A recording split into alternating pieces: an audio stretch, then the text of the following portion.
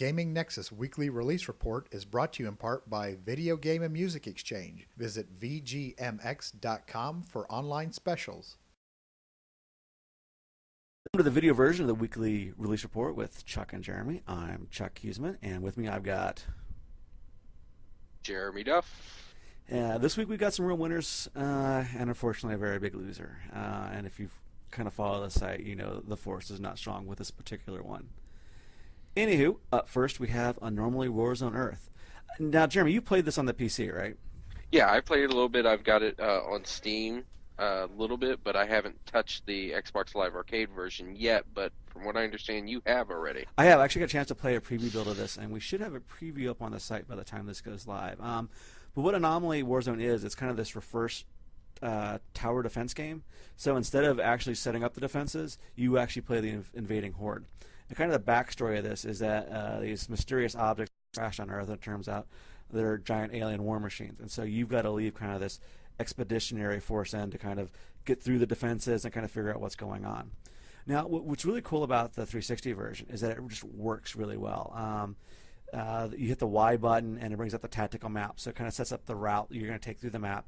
You hit the X button, and that kind of sets up your unit purchasing and upgrade systems. So as you defeat and blow up towers, you can earn money and then use the money to get upgrades for your vehicles, which is kind of cool. You've got 3 units. There's an APC, missile launcher, and then a shield generator. So you can have those to kind of work with. And then finally, you actually control the commander with your left thumbstick. So as you're kind of running around, you put this little commander unit. And why he's important is that he can actually heal your units, create a smoke screen which kind of hides them and protects them, and it creates decoys which kind of helps kind of, as you're kind of approaching large areas, you can set up a decoy. So they're like, oh, hey, let's go, hey, shiny over here, let's go blow that up. It plays really well on the 360. It's very, it's not a fast-paced game by any means, but it's really fun, and it really kind of makes you think. It's highly recommended, and it's coming out this week for Xbox Live Arcade. Speaking of games that are finally coming to platforms, we've got Xenoblade Chronicles for the Wii, which is part of that whole Operation Rainfall thing, right? Yeah, that was actually the first and main game that led the Operation Rainfall movement.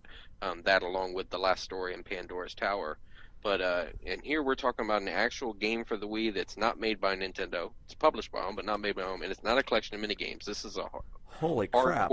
This is a hardcore Japanese RPG, and it's actually was originally developed. It was showed off at E3 and the Tokyo Game Show previously under the title Minato: Beginning of the World, but it was the lead developer of the team on Monolith Software is Takahashi-san, who is also responsible for the Xenosaga series from the PlayStation. So they renamed it to kind of carry on as a spiritual successor.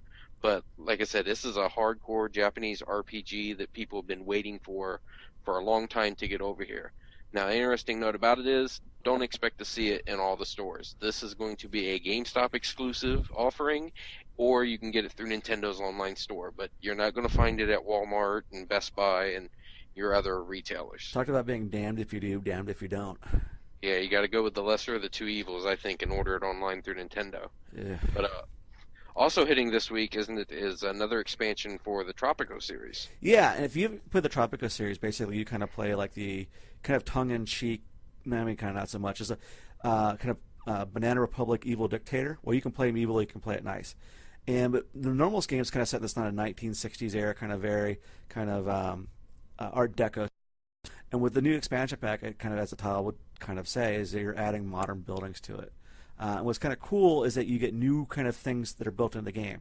So the biggest, like from a functional standpoint, upgrade is that they have this kind of metro system.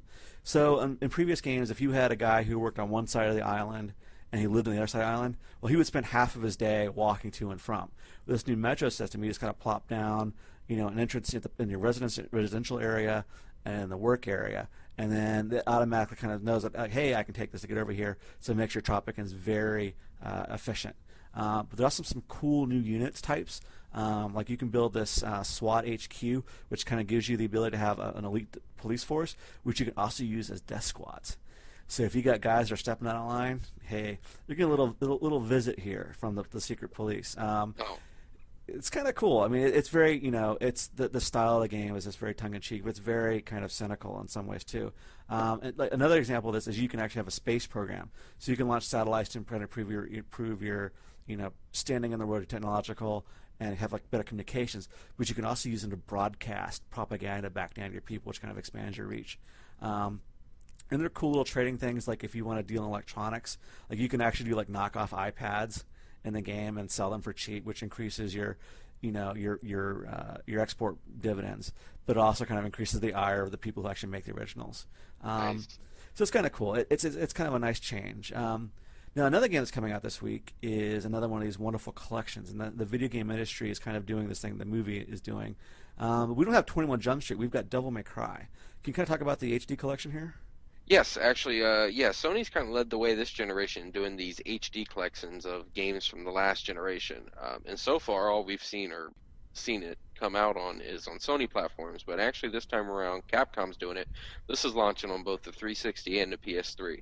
And this is an HD port of the first 3 games of the Devil May Cry series, which were all pretty well received, even though 1 and 3 are like really big for fans, and 2, a lot of them like to forget. So it's kind of like the Highlander movies. Yeah, very much like it. But you play this, Dante, who's this uber cocky gunslinger, and you're out to avenge your mother's death by taking on just hordes and hordes of demons in the most ridiculous and over the top ways you've seen. And this is just going to be a straight port of the games. They've got they've updated the resolutions. They look a lot better. They run in 720p, and they've added achievements and trophies, but it's pretty much going to be the same games we've played before. Now, this is the first time the Devil May Cry series has actually been to the 360, right? No, actually, this is the first time these games have made it on there. And the Devil May Cry 4 was released on the 360 as well. But yeah, this will be the first time 1, 2, and 3 have hit it. Okay, cool. And lastly is the one game I know you've been waiting anxiously for, and you finally get your hands on Kinect Star Wars this week. No, I thought you were talking about Half-Life 3. No, sorry. No, this was like when we saw all the press saw Kinect Star Wars for the first time at the launch of the Kinect at E3 2 years ago. Everyone was like, all right, Star Wars with Kinect, this will be cool. I can do force powers and lightsabers and things like that. And then people actually got a chance to play the game and kind of see it in action, and then you kind of realize it's a bunch of rail shooter sequences and other Kinect-themed mini games. So it's like Episode 1. Yes. Which really wasn't as bad as people thought. I'm not saying that just because I saw it 13 times at the theater, but there's a lot. Like, I think kind of the way to think about it is that there's some cool mini games. Like you play a Rancor monster, you can pick guys up and throw them around. There's a pod racing thing which looks kind of cool, and then there's kind of these videos that have come up over the weekend of the dancing section, where you can have dancing stormtroopers or dancing Han Solo or dancing Slave Leia, which kind of really kind of kills any kind of momentum.